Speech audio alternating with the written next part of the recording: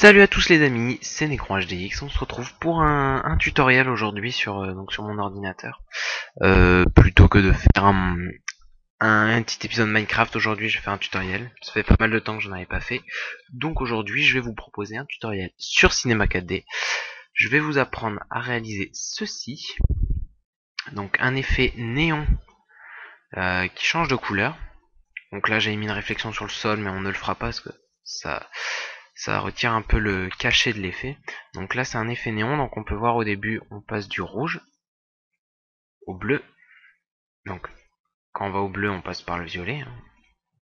Hop, on va du bleu au vert. Donc avec toutes les couleurs qu'il y a entre, etc.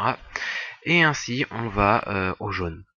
Donc là j'ai mis 4 couleurs. Généralement c'est mieux 2 couleurs parce que ça permet de retirer le nombre de teintes sur la chose. Donc un effet néon, donc on a l'impression que notre texte est en néon. Donc on choisira une bonne police, parce que celle-ci c'était une police d'exemple, elle était un peu trop grosse. Et je vais vous apprendre à utiliser la timeline avec des keyframes pour justement apprendre à animer cet effet, l'effet néon. Donc c'est parti les amis. On lance Cinema 4D, on fait directement les réglages rendus. Dans l'onglet sortie, vous cliquez sur la petite flèche, onglet film vidéo, HDV/HDTV 720.29.97. Comme d'habitude, ça ne change pas. Dans la catégorie images, on passe de images courantes à toutes les images, car c'est un film, une animation. Dans l'onglet enregistré, on choisit le chemin d'accès. Donc moi, j'ai mon petit chemin d'accès tout frais préparé. Vous êtes dans les entrailles. Dans les entrailles de mon disque dur. Donc voilà. Le format. Alors en format film AVI ou film QuickTime, selon votre ordinateur. Voilà. Multipass, on ne touche pas. Anti-aliasing au mieux. Niveau minimum 1x1. Niveau maximum 2x2. Voilà. Après on va faire effet. Effet occlusion ambiante, vous cliquez sur le petit truc effet, ce qui permettra de beaucoup mieux voir les lettres. En fait ça va bien séparer les lettres, ça va faire la distinction entre chaque lettre, ce sera pas grossier parce qu'avec la luminescence ça va nous faire un effet tellement puissant que on verra rien du tout, on verra pas les contours du texte, et là ça va permettre de dissocier chaque lettre et de les distinguer. Donc occlusion ambiante, et pour ceux qui veulent, une illumination globale. Mais là, c'est pas très utile. Voilà. Donc c'est parti. Mot graphe, mot texte. Alors oui, on peut faire ça avec n'importe quoi. Un cube, un pantin, tout ce que vous voulez. Moi je fais ça avec un texte, parce que je surkiffe les textes. Donc voici, on a notre texte. Donc, le texte. Attendez, je tourne autour de quoi? Alors attendez, hop, hop. Voilà. Voilà. Bien. Donc vous choisissez votre police. Je pense que je vais prendre... moi je vais laisser... Je vais prendre la police. Non. Je vais laisser cette police. Donc couvercle et biseau, machin chouette. Je vais prendre convexe. Convexe. Voilà. Donc vous mettez vos petits couvercles. Vous choisissez votre police, vous faites la grosseur, la largeur et tout le tintouin, tout ce que vous voulez. Une fois que vous avez fait ça, vous cliquez sur l'icône de la lumière et vous créez un sol. Voilà, le sol.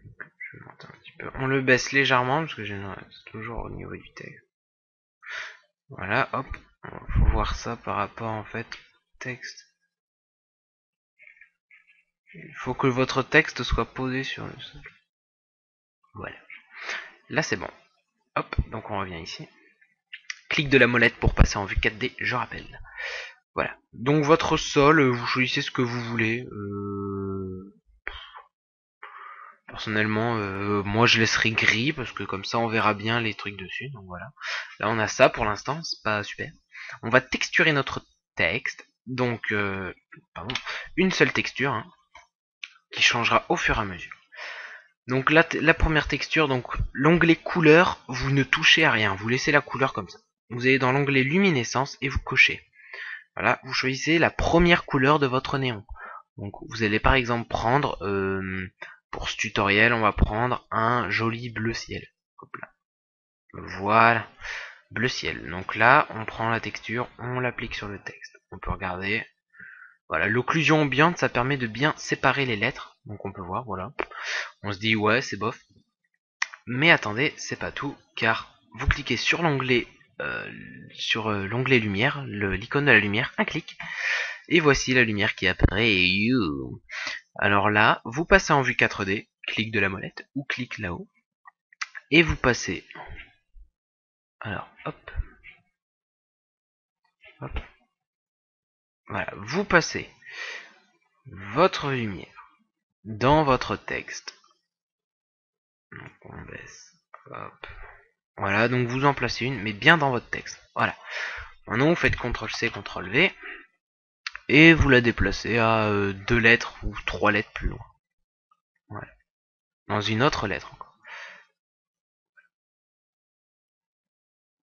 Ensuite, vous faites CTRL-C, CTRL-V, et vous passez dans une autre lettre. Encore plus loin.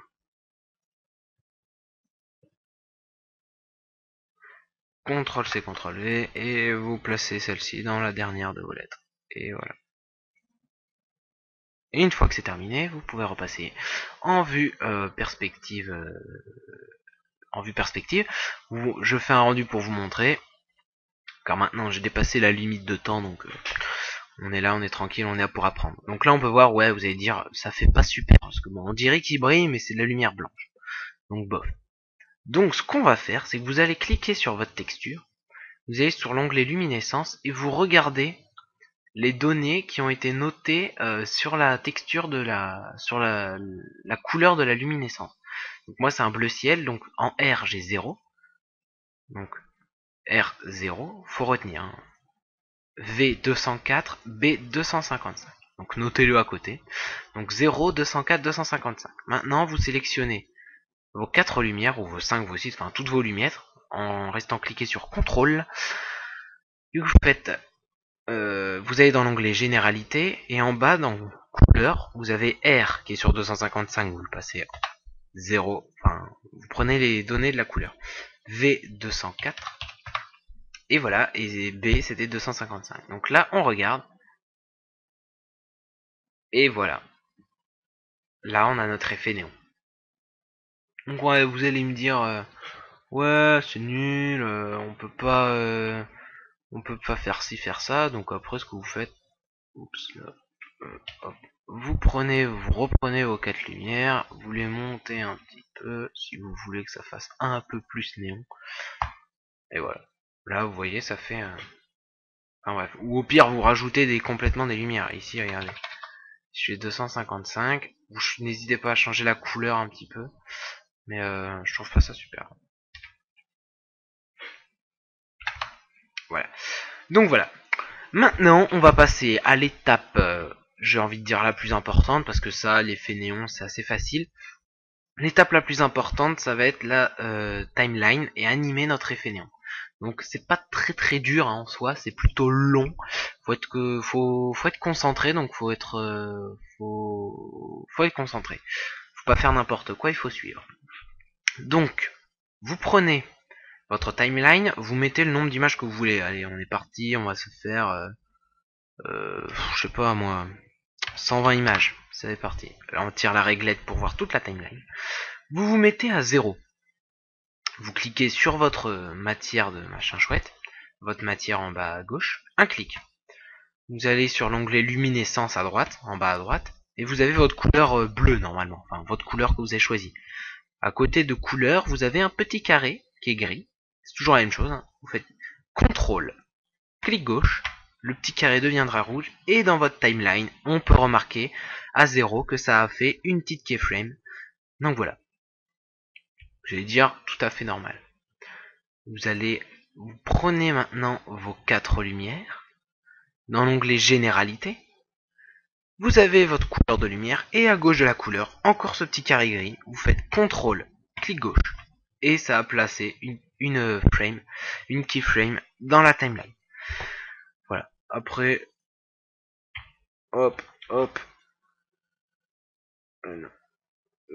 Coller, non. Copier, coller. Donc là, j'ai copié-collé ma keyframe. Hop, et puis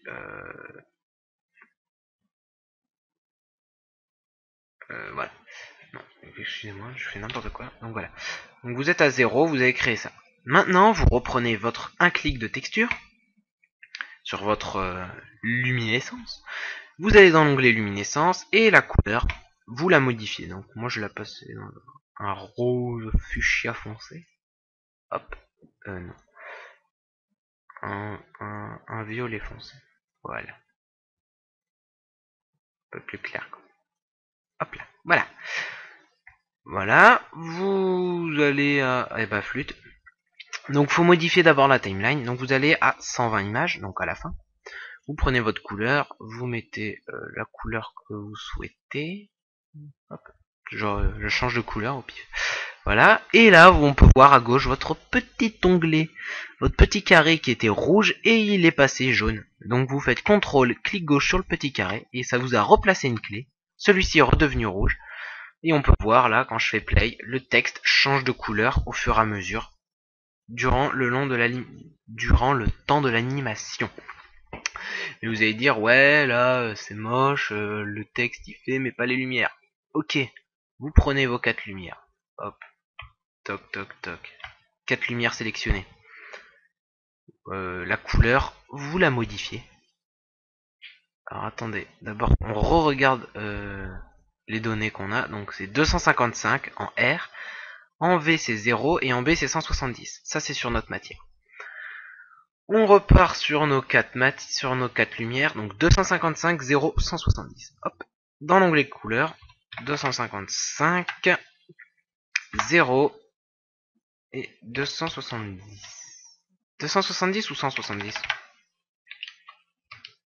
170. Voilà.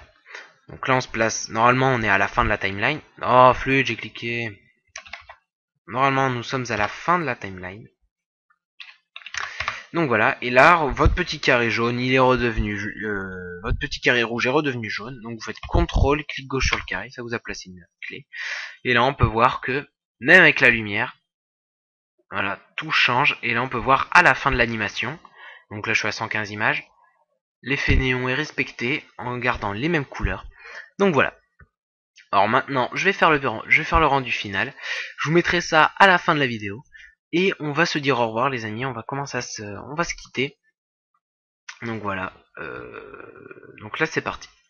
Donc c'est un tutoriel, j'ai pris mon temps, vu que j'ai dépassé la limite des 15 minutes. Vous avez sûrement pu le voir si vous suivez la série Minecraft que je suis en train de faire avec mon ami. Donc voilà. C'était assez... on l'a fait relativement relax. N'hésitez pas à mettre pause si vous avez eu quelques problèmes, si j'ai été trop vite. Mettez un petit pouce vert, ça fait plaisir. Petit pouce vert, ça aide vachement, parce que ça permet de savoir si le travail plaît, s'il ne plaît pas, ou s'il est suivi tout simplement. Mettez un commentaire, enfin faites ce que vous voulez. Hein. Mais le petit pouce vert c'est vraiment essentiel, puisque ça permet de savoir... C'est un peu la récompense, on va dire, de la vidéo. Donc voilà les amis, écoutez, je vais vous laisser ici. Le rendu est en train de se faire. J'espère que ce tutoriel vous a plu. Et voilà. Allez, salut à tous.